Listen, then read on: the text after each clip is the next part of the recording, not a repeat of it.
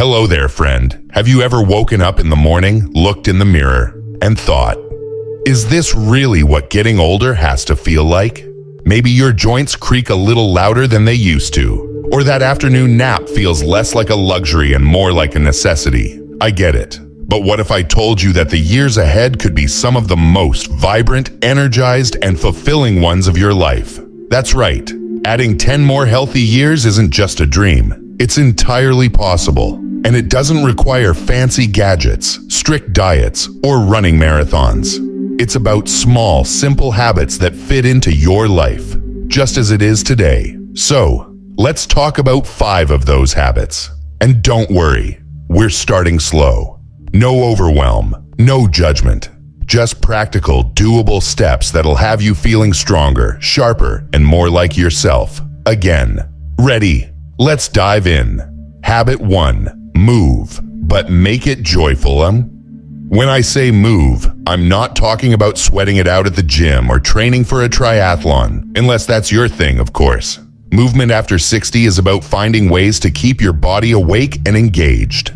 Think of it like this. Your muscles and joints are like a garden. They thrive with a little daily attention. Take my neighbor Barbara. She's 72 and swore she'd never set foot in a gym. But she loves her morning walks around the park. She calls it her coffee for the soul. Some days she stops to chat with fellow walkers. Other days, she just listens to the birds. The point is, she's moving, gentle, consistent, and enjoyable. And guess what? Her arthritis hasn't disappeared, but she's noticed she can bend down to pet her cat without groaning anymore. So what's your version of Barbara's walk? Maybe it's gardening, dancing to oldies in the kitchen, or even chair yoga. The key is to do something every day that gets your blood flowing. Start with just 10 minutes. Celebrate that. Because here's the secret. Consistency beats intensity every time. Habit 2. Sip your way to hydration. All right, let's talk about something we all think we're doing enough of, but probably aren't. Water.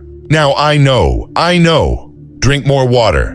Sounds like advice you've heard a million times. But as we age, our bodies aren't as quick to signal thirst, and dehydration can sneak up on us. It's why you might feel foggy-headed or extra tired by mid-afternoon. Here's the good news. Hydration doesn't have to mean chugging 8 glasses of plain water a day, unless you love it. My friend Roy starts his morning with a big mug of herbal tea. It's become his ritual. Another buddy, Margie, keeps a pitcher of water with lemon slices and mint in her fridge. She calls it her spa water and sips it all afternoon. Even foods like cucumbers, watermelon, or broth-based soups count. The trick? Make it easy and appealing. Keep a colorful glass by your bedside for a sip first thing in the morning. Or set a gentle reminder on your phone to pause and hydrate every couple of hours. Small sips, all day long, add up to big benefits, like clearer thinking, happier joints, and even smoother digestion. Habit 3. Protect your sleep. Like it's gold.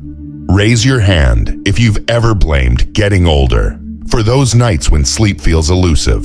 You're not alone. But here's the truth. While sleep patterns do shift with age, poor sleep isn't a life sentence, and quality rest is non-negotiable. It's when your body repairs itself, your brain sorts memories, and your energy reserves refill. Let's talk about my cousin Jerry. He used to fall asleep watching TV, only to wake up at 2 a.m. with the screen still blaring. Then he tried a simple experiment. He dimmed the lights an hour before bed, swapped his crime dramas for a paperback novel, and started sipping chamomile tea.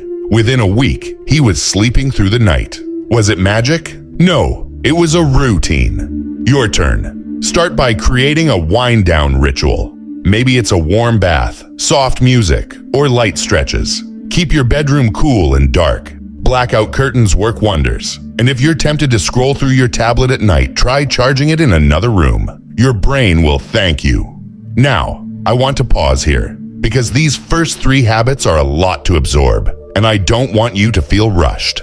Try one of these this week. Maybe it's adding a short walk after breakfast, infusing your water with a slice of citrus, or setting a calming bedtime routine. And when you do, I'd love to hear how it goes. Drop a comment below and tell me, which habit feels most doable or exciting to you?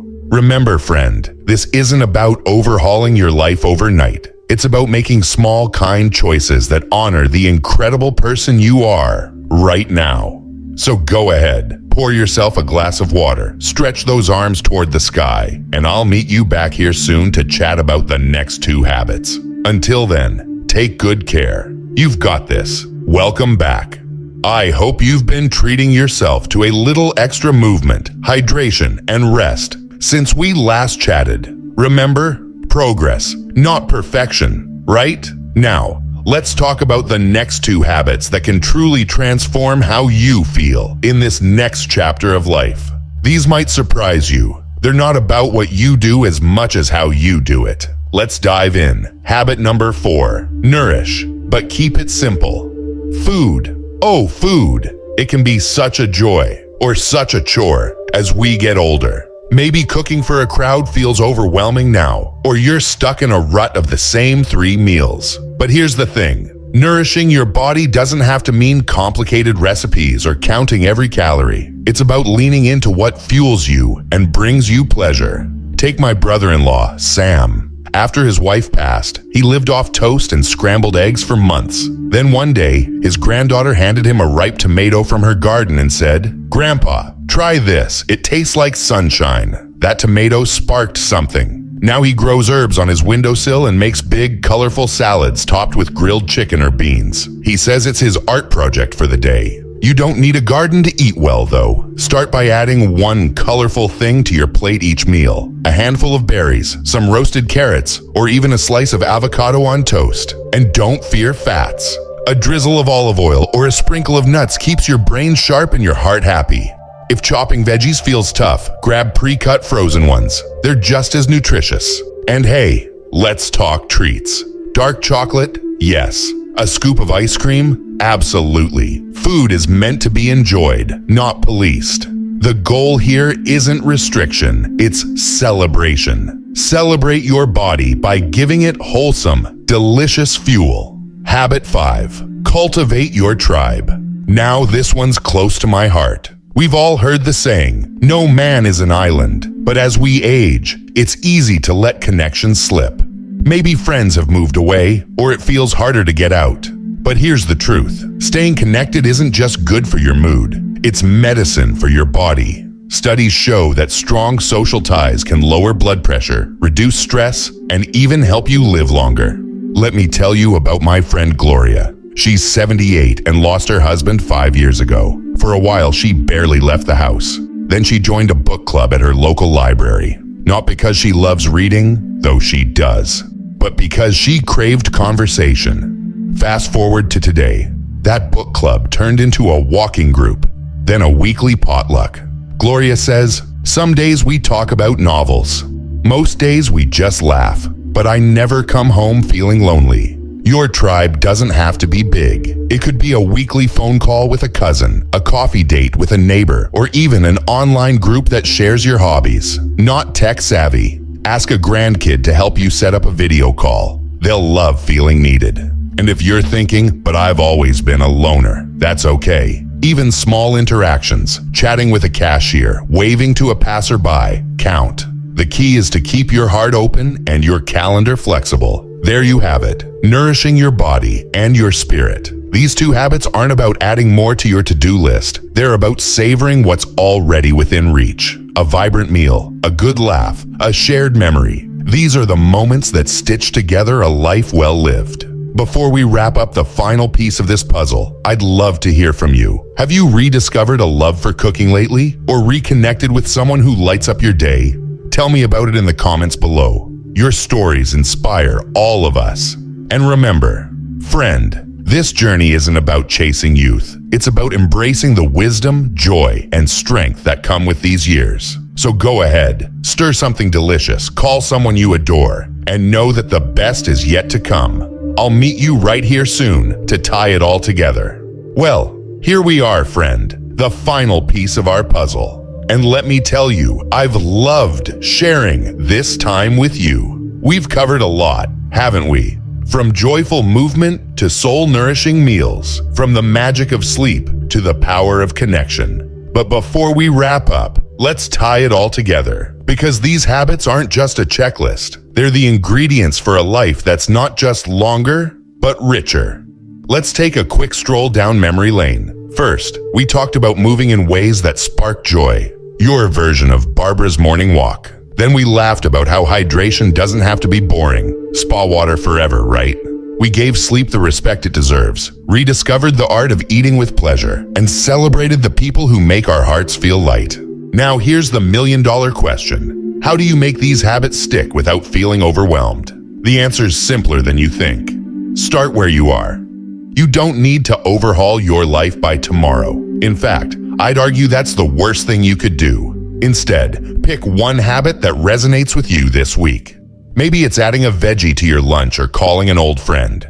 Once that feels natural, layer in another. Tiny steps, my friend.